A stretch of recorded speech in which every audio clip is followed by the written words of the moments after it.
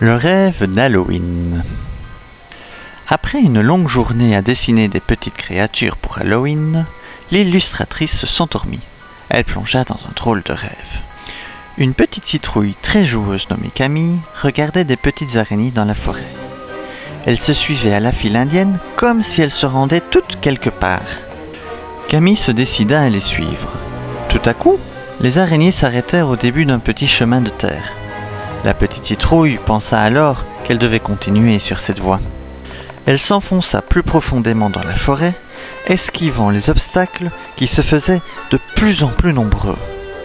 Camille déboucha sur une partie du chemin plus dégagée. Une grande pancarte bordait la route. En s'approchant, la petite citrouille vit que c'était une carte. Elle analysa la carte.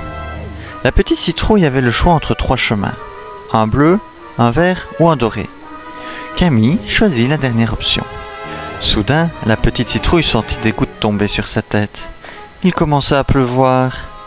En cherchant un endroit où s'abriter, Camille croisa un petit crapaud. Elle le trouva fort amusant et essaya de l'attraper. Alors, le petit crapaud sauta. Et Camille sauta aussi. Il rebondit, suivi de la petite citrouille. Boing, boing, boing. En sautillant derrière le crapaud, Camille s'était éloignée du chemin doré. La pluie s'était calmée. Soudain, la petite citrouille aperçut une souche remplie de pièces d'or. « Une sacrée fortune !» pensa-t-elle. Tout à coup, un chat errant s'approcha. « Salut, moi c'est Chaventurier. Un sacré trésor que tu as trouvé là !» s'exclama-t-il.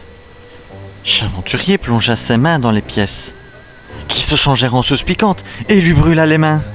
« Ouille, aïe !» cria le chat noir. Camille regarda les mains de Chaventurier augmenter de volume. Elle déposa sur celles-ci des plantes pour calmer la douleur. Après avoir guéri Chaventurier, les 2 amis fraîchement trouvés décidèrent de continuer leur route ensemble. Ils marchèrent un petit moment et se trouvèrent près d'un château. Ils frappèrent à la lourde porte. Soudain, le châtelain sortit du château en brandissant un poignard. « Allez-vous-en !» s'exclama-t-il. La statue d'ange s'anima. « Mais voyons, mon bon maître Bassarabe, ce n'est pas ainsi que l'on reçoit les invités. » La statue du démon enchaîna. « Ce ne sont pas des invités. Ils sont venus sans prévenir et on ne les connaît pas. » Le châtelain trancha. Il referma la porte et revint quelques minutes plus tard avec un animal. Maître Bassarabe s'expliqua. « Bon, prenez cette selle, ce cheval et déguerpissez. » Le propriétaire du château prit congé, les laissant avec ce petit cheval tout dodu. Les 2 amis montèrent dessus et s'enfoncèrent plus loin dans la forêt. Ils arrivèrent près d'un arbre gigantesque. La petite citrouille accrocha le cheval à une branche pendant que Chaventurier cherchait leur chemin. « Brrr, il fait glacial par ici !» s'étonna le chat noir. Une chaîne pendait à l'arbre. Chaventurier, téméraire, décida de la tirer. « Attention !» s'écria Camille en courant vers son ami. Et pouf ! Et ouch ! Une multitude de poils à gratter leur tombèrent dessus. « Ça gratte !» paniqua Chaventurier. Les 2 amis s'éloignèrent de l'arbre en courant. Tout à coup, un fantôme à l'air angélique apparut. « Oh non, vous êtes tombé dans un piège de la bête d'Halloween. »« Laissez-moi vous aider, » proposa l'être céleste. Heureusement pour nos amis, ce n'étaient que des blessures superficielles dues aux démangeaisons. Le petit fantôme les soigna grâce à ses pouvoirs magiques. « Au fait, je m'appelle Tail, » se présenta-t-elle.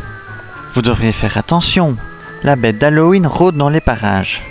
J'avais pourtant mis des panneaux danger pour le signaler, » s'expliqua Tail. Ils décidèrent de partir et s'enfoncèrent au plus profond de la forêt. Les 3 amis se frayèrent un chemin dans toutes les plantes de la forêt. En retirant des herbes sur leur passage, ils tombèrent nez à nez avec la bête d'Halloween. « Sauf qui peut !» s'exclama Chaventurier paniqué. Le fantôme envoya des étincelles magiques dans les yeux du monstre, l'aveuglant et faisant gagner du temps à ses amis. La bête d'Halloween agita une immense massue, frappant au hasard, toujours aveuglé par les étincelles de Tail. « Il est temps d'utiliser nos jambes pour fuir !» s'écria Chaventurier en courant à toute vitesse, suivi par ses amis. Ils se précipitèrent le plus loin possible du monstre. Les 3 amis semèrent le monstre et s'installèrent dans une clairière. Ils allumèrent un feu, firent griller des guimauves et sombrèrent dans le sommeil.